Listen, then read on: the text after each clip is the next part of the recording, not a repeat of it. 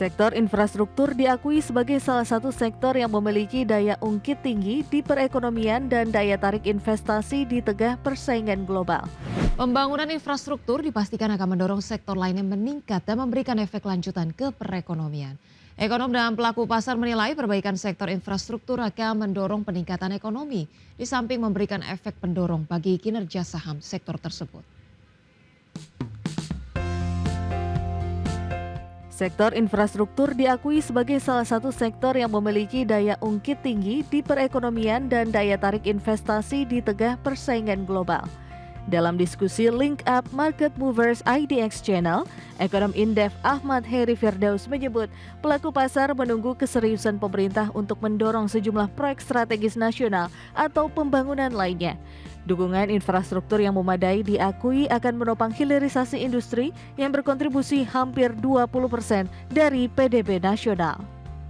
Kan industri ini sebenarnya bukan sunset, karena sampai kapanpun penduduk ya, masyarakat ini pasti ya kan menggunakan produk-produk tekstil ya. Tapi kenapa kok ada yang menganggap ini sebagai suatu sunset? Nah, padahal enggak. Nah, mungkin kurang dukungan dari segi katakanlah listriknya masih relatif mahal atau logistiknya dan seterusnya. Nah, tapi kalau misalnya itu didukung energinya, kemudian juga tenaga kerja dan sebagainya, pasti saya yakin investor tuh akan cukup tertarik untuk membangun sebuah infrastruktur kawasan yang spesifik ya, tematik lah gitu ya, untuk meningkatkan salah satu subsektor industri yang memang menjadi masih bisa berkembang. Sementara itu, Direktur Reliance Sekuritas Indonesia Reza Priyambada menyebut para pelaku pasar kini lebih selektif dan mencari emiten yang memiliki eksposur pada proyek strategis atau tren baru seperti energi baru terbarukan dan digitalisasi. Reza mengingatkan konsistensi manajemen menjadi kunci dalam menjaga pertumbuhan perseroan. Tentu yang harus dilihat oleh pelaku pasar itu dalam melihat sektor ini adalah bagaimana emiten-emiten yang ada di dalam sektor infrastruktur ini bisa meningkatkan volume pendapatannya gitu. Nah, terus kemudian bagaimana kontrak katakanlah kontrak yang ada di emiten tersebut gitu. Artinya apakah kontrak tersebut secara jangka panjang gitu kan, atau mungkin jangka pendek gitu. Contoh misalkan yang kemarin baru IPO ya, kode sahamnya CDIA gitu kan. Dengan sektor infrastruktur yang terus tumbuh, maka dipastikan peluang perbaikan ekonomi secara keseluruhan akan semakin besar dan berarti. Dari Jakarta, Raharjo Patmo, IDX Channel. PT Merdeka Gold Resources Tbk resmi melantai di Bursa Efek Indonesia dengan kode saham emas. Perusahaan berhasil mengumpulkan dana IPO sebesar 4,88 triliun rupiah yang akan mendukung operasional dan pengembangan proyek tambang emas Pani di Gorontalo.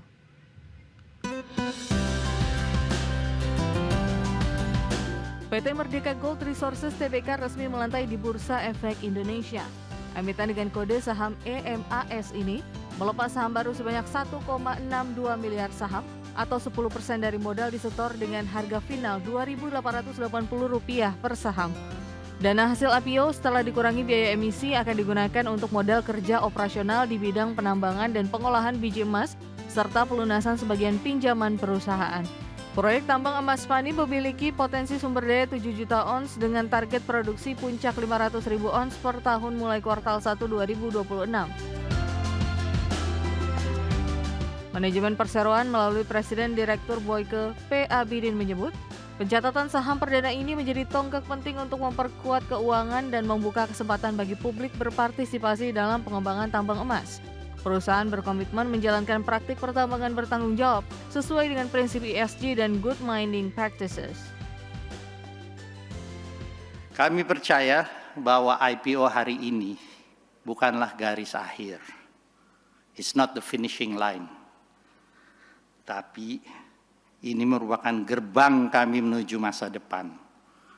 Menjadikan PT Merdeka Gold Resources tumbuh lebih kokoh, tumbuh lebih inovatif, dan berdaya saing global.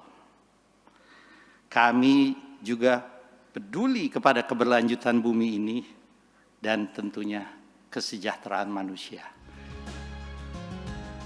Meski pendapatan perseroan tercatat turun pada awal tahun ini, dana IPO difokuskan untuk memperbaiki struktur keuangan, terutama pelunasan utang agar beban bunga berkurang dan modal kerja optimal. Analis memperingatkan investor untuk cermat karena risiko fluktuasi harga saham pasca IPO tetap ada, mengingat kinerja keuangan yang masih perlu perbaikan. Berbagai sumber IDX Channel. Pemirsa, demi mendorong akselerasi pemulihan ekonomi, Lembaga Penjamin Simpanan atau LPS kembali menurunkan tingkat bunga pinjaman untuk simpanan di perbankan, di mana pelaksana tugas Ketua Dewan Komisioner LPS menyebut bahwa ini terkait dengan TBP tabungan rupiah di Bank Umum dipangkas sebesar 25 basis poin, sementara TBP tabungan valuta asing diturunkan menjadi 2% dan TBP di Bank Perekonomian Rakyat dipangkas ke level 6%. Lembaga Penjamin Simpanan atau LPS kembali menurunkan tingkat bunga penjaminan atau TBP untuk simpanan di perbankan. TBP tabungan rupiah di Bank Umum dipangkas sebesar 25 basis poin dari sebelumnya 3,75% menjadi 3,5%. Sementara itu TBP tabungan valuta asing di Bank Umum diturunkan menjadi 2% dan TBP di Bank Perekonomian Rakyat dipangkas ke level 6%. PLT Ketua Dewan Komisioner LPS Didik Madiono menjelaskan bahwa langkah ini diambil dengan mencermati tren penurunan suku bunga deposito serta dinamika perekonomian ke depan. Menurutnya, kebijakan ini bersifat antisipatif guna menjaga stabilitas sektor keuangan sekaligus mendukung pertumbuhan ekonomi. Selain itu, Didik menilai keputusan tersebut juga menandai adanya sinergi kebijakan antara otoritas keuangan dalam memperkuat daya tahan perbankan nasional. Penyesuaian TBP juga dilakukan dengan memperhatikan kondisi perekonomian dan perkembangan pasar keuangan. Rapat Dewan Komisioner Lembaga Penjamin Simpanan menetapkan untuk menurunkan tingkat bunga penjaminan simpanan dalam rupiah di Bank Umum dan Bank Perekonomian Rakyat, serta tingkat bunga penjaminan simpanan dalam valuta asing di Bank Umum turun sebesar 25 basis poin menjadi masing-masing sebagai berikut. Simpanan rupiah pada Bank Umum tingkat bunga penjaminan maksimal 3,5%. Untuk simpanan falas di Bank Umum 2%.